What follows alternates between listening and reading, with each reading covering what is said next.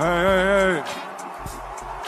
This is now the second time this week the Los Angeles Lakers have absolutely just ruined my day right before I was about to go to bed. It is currently about 12:45 on the East Coast, and I was just about to hit the hay, as they say, and Shams decided to tweet this. Breaking news that the Los Angeles Lakers are trading Dalton Connect, Cam Reddish, the 2031 unprotected first round pick, and a 2030 pick swap for starting center Mark Williams, who I know a lot of people haven't been watching Hornets games this season. I've caught a few. I don't want to go into why I've been watching Hornets games, but Mark Williams is the real deal, and it is absolutely insane that we have let the Lakers get him. Especially considering the fact that the things they used to get Mark Williams are all things that should have been included in the Luka Doncic trade in the first place. I remember like half of the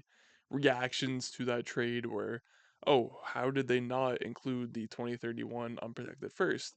How is Dalton Connect not included in that trade? And they now have used those things and turned it into not only a really good center, good young center, but someone that can fit the timeline of Luka Doncic and potentially grow with him. If you look at the season numbers for Mark Williams, it's nothing really too crazy. He's averaging around 16 points, 10 rebounds, 2.5 assists, which is pretty nice. Pretty average field goal percentage for a big, can hit free throws, and obviously started the season hurt, came back, and ever since he logged this first double-double here against the Oklahoma City Thunder, if we take a look at this stretch, it has just been absolutely dominant big man stuff from him. 19 points a game, 12 rebounds a game. Again, he gets a few assists, over 2 stocks per game, and just the fact that the Lakers have gotten him is just mind blowing to me. One obvious downside to Mark Williams is the fact that he's only played in 84 games across his first 3 seasons in the NBA, which you don't need me to tell you that that's not great. But just considering the fact that the Los Angeles Lakers now have a player that they can feel comfortable starting at that center position, they don't have to rely on Jackson Hayes, they don't have to rely on Maxi Kleber.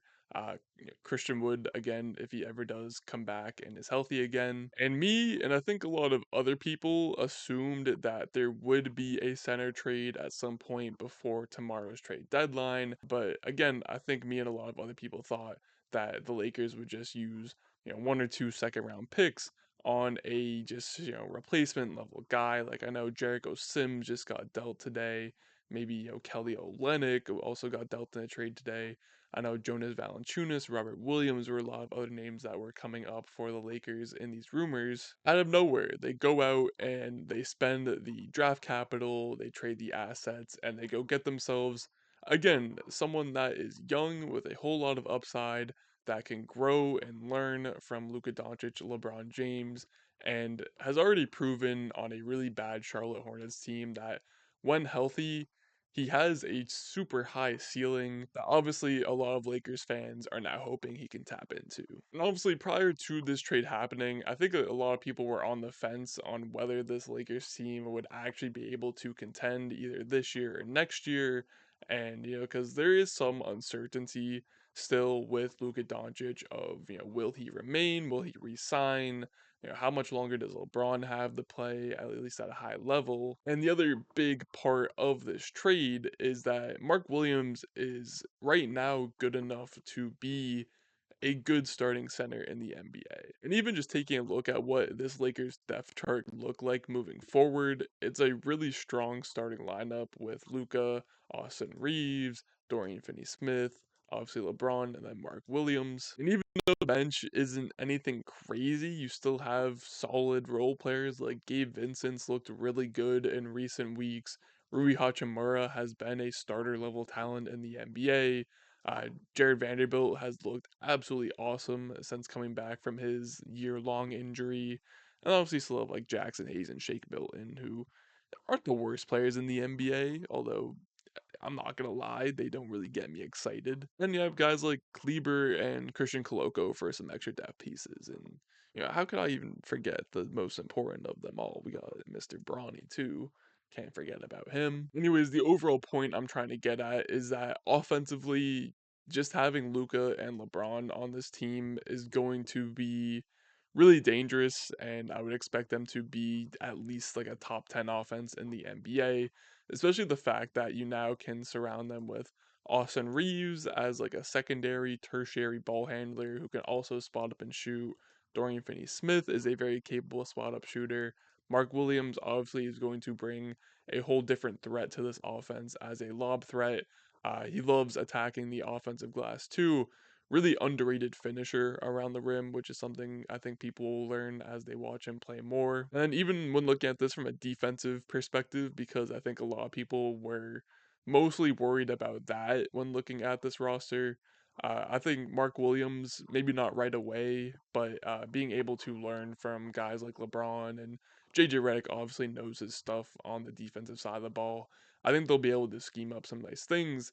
And he has the tools to become a really good rim protector. I don't think he's there yet, but it's definitely something that the Lakers can mold him into. And then obviously Dorian Finney-Smith, very solid defender. Jared Vanderbilt's been absolutely tearing it up on the defensive end of the court since returning from that injury. And yes, there will be spots where you can attack a Luca, you can attack a LeBron, you can attack an Austin Reeves, but I honestly don't know if it'll matter. Overall, the point I'm trying to get to is that this trade all by itself has already accelerated this contendership for the Lakers. You know, obviously, assuming Luca can actually stay healthy and this calf injury isn't anything too scary for this current season, assuming that LeBron is able to keep up the pace of play that he has been playing at for the past couple of weeks, this is a team that I'm just very excited to see in action, which hopefully will be sometime this weekend, assuming Luca comes back. And in just the span of a couple of days, the Lakers have gone from a team that had absolutely no hope going forward to now having a foundational piece with Luca and a future full of hopes and brightness. And now they have the addition of Mark Williams, which again has just fully accelerated this team back into contendership as soon as this season, I'm willing to say. And it just absolutely pains me all the way down to my core. Anyways, that's all I got for this one. As always, if you enjoyed, make sure to like, comment, subscribe, all of those beautiful things, and I'll catch y'all in the next one.